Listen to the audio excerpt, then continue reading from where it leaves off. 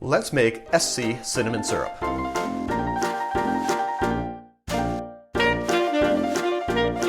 Whenever I'm making a syrup, I often think low and slow. Low heat, long amount of time. Smuggler's Cove has a different attitude. They like high heat, so that's what we're going to do when we make this one, when we get to the stovetop. However, before we do, we're going to add some ingredients to the saucepan. I'm going to put in 1 cup of water. 1 cup is something in milliliters, and I'll put that in the metrics down below. And I need 1.5 cassia cinnamon sticks, and they want them broken in half. See if I can do this. I'll put that back in the package. And I'll see you at the stovetop. Now that we're at the stovetop, I'm going to turn this on a high heat. I'm going to bring the water to a boil. I'll be right with you.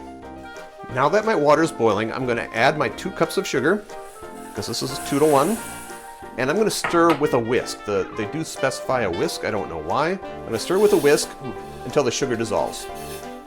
Now that the sugar is dissolved, I'm going to remove from the heat, cover, and let sit for 12 hours.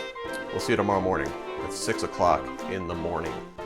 Okay, now that it's the next morning, early in the morning, we are going to strain our syrup out. And Smuggler's Cove does say to use a cheesecloth to help get all the little particles out. I'm not going to do that today because I can't find our cheesecloth. So I'm just going to pour it in. Let's see if I can do this without dumping. Oh, just a little. That's a little bit more than over. Oh my gosh, I just spilled. Anyway, then you need a label. I'm going to label this other bottle because I have to do that anyway. Let that leak all over the top.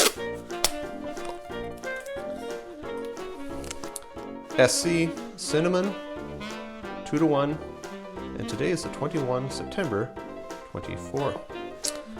And there you have it, SC cinnamon syrup. Enjoy.